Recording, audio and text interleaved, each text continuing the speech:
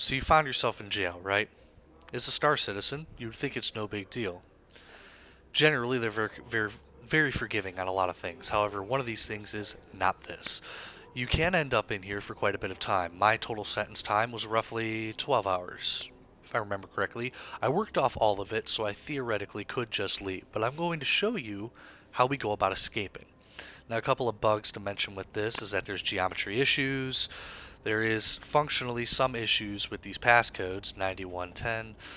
One of the major issues on escaping is that it does like to make it to where you cannot get out of this place. So you're at block 1. Turn this corner, ignoring the guards, they don't bother you anyways. Come over here to where the fan is. Jumping, well, running jumping over here. So 9110. It's going to turn off the fan blades. It's going to slowly wind down. Hi, how's it going? Slowly wind down. We're going to be able to come through these tunnels. You immediately find yourself along the fan blade area. You're going to want to be a little bit careful here, as if you fall in, you are going to die and have to reset. Walking along this subsection to the right, you're going to come along your first key to finding out how to get out of here. Your blue light and blue flower. So following this location, you're going to come down to a drop down section where you're going to have to slowly drop down. Hopefully you won't injure yourself through this, but it's kind of unavoidable, especially with the geometry of this map. You're probably going to end up hurt at the end. If you don't take any damage, you're quite lucky. You're going to tend to follow these plants. Moving along, you're to come up to your first T intersection turning left. You're going to want to jump preemptively, because if not, you're going to continue to vault, and that can be a problem. Heading down through this section here, you're going to turn right, you're going to turn left, and then you're going to turn right again. You're going to come up to a vaultable section with the flower, which again is your marker. Going to continue along, heading straight down this tunnel, where you'll find, once again, another flower. Perfect. Seems to be guiding our way. This is our saving grace here, this blue flower. Coming down to this area here, you're going to find two directions, direct straight or turning right. You're going to turn right. You're going to turn right again, where you're going to find a climbable wall. Heading up here, you see another set of blue flowers. You're going to continue along this route, maintaining your current pace. Once you vault this section, your first thing to do is to immediately turn around and run and jump to this platform. Upon doing so, you're going to turn around and run and jump to the next platform. Vaulting, and mind you, there's a lot of this. Vaulting itself seems to be a common feature inside of this escape. You're going to turn right and head down this tunnel. Maintaining your present course, you should find yourself through a lengthy stretch of tunnels. Segueing here, because there's going to be a lot of vaulting coming up, there is one thing you have to keep in mind. There is quite a few bugs that come into this. Again, like I said, the geometry bugs and a couple of other bugs that can happen along the way, like some of the codes not working. One of the primary bugs that happens right near the end is the fact that the Ursa rover may not spawn. If that is the case, you want to burn through this section as fast as humanly possible so you have as much oxygen as possible to get as far away from the base as possible. The closest a person can get with a good shielded ship is roughly 2,000 meters. That gives you just enough time to reach them without dying. So, generally speaking, you can get away with no oxygen because you won't suffocate immediately, but it can be problematic. So once you've jumped down here, mind you, you do have to run and jump. There is quite a drop here. You'll see your immediate section to the left. Ignore that. Turn right, look down, you'll see a plant. You're going to want to run and jump to this section. If you're lucky, which I'm hoping you are, you'll land on this section here and not in the chasm. You do not have to run and jump to this platform. You just have to jump. However, if you turn left, this platform you do have to run and jump at. You do not have enough momentum to make it over.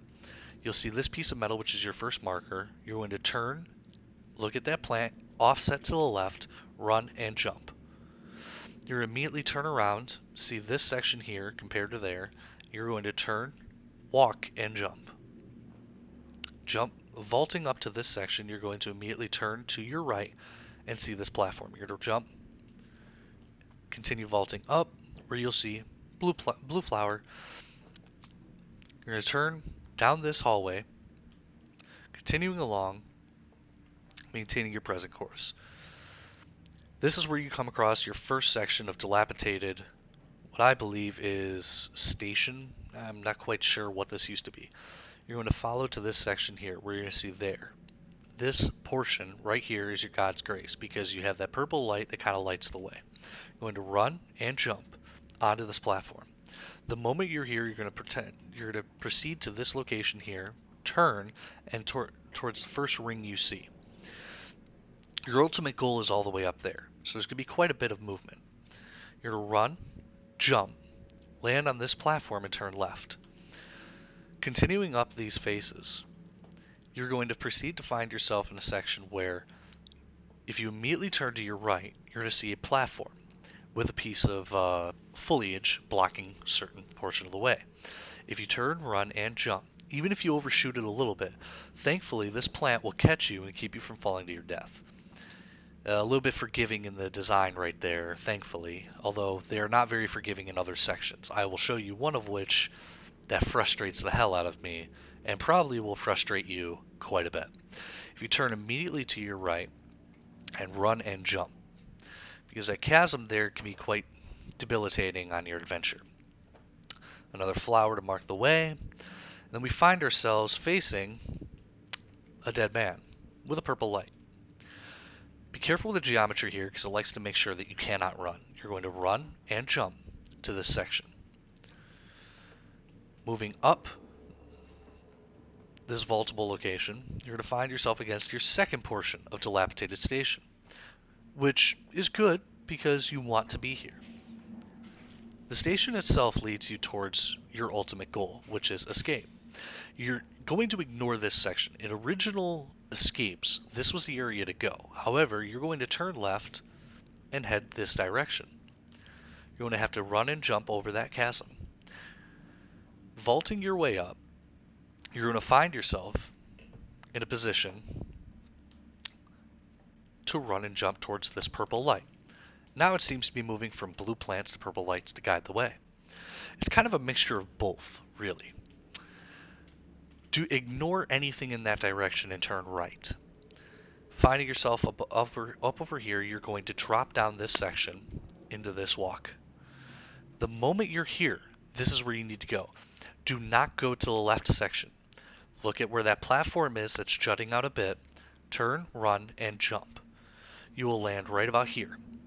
You proceed back towards here, turn, and aim towards this area right here. You're going to run, jump, and land. Now you've hit your first exit point where you've entered station proper. This leads towards the immediate exit and is very important to get to because you're going to find the codes to the containers that hold your Ursa rovers. Running down here, you're going to want to turn off your lights so you can see the codes. The codes we have are 5480 and 9449. So I'm going to take 1 second to just write that down to make sure that I have the codes proper, because you don't want to lose them. So you're going to do 5480 and 9449. So the moment you have those written down, you're going to proceed under that pole. You're going to turn left. Running down this walkway, you're going to have to run through quite a stretch of these to get to where you need to go. So, moving along, as we move, I'm going to proceed to tell you more about that Ursa rover issue. You can get inside the containers, but the rovers will not be there. If one of them does not spawn, you can generally guarantee that the other will not as well, meaning you're just going to want to focus on getting out. The moment you drop down here, you have to proceed left. Once you proceed left, you're going to find yourself along the stairwell. Be careful because there is a gap.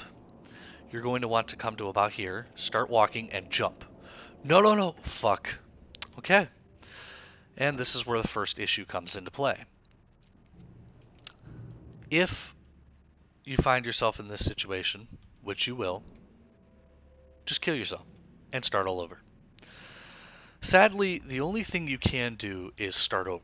They're not very forgiving in that one section, but if you proceed up the stairwell again, you will see another drop down point that happens just like that. It's a hole in the grating. You can jump over that one as well. However, if you fall, you will land on some boxes and you can proceed back up the stairwell again and you'll be fine.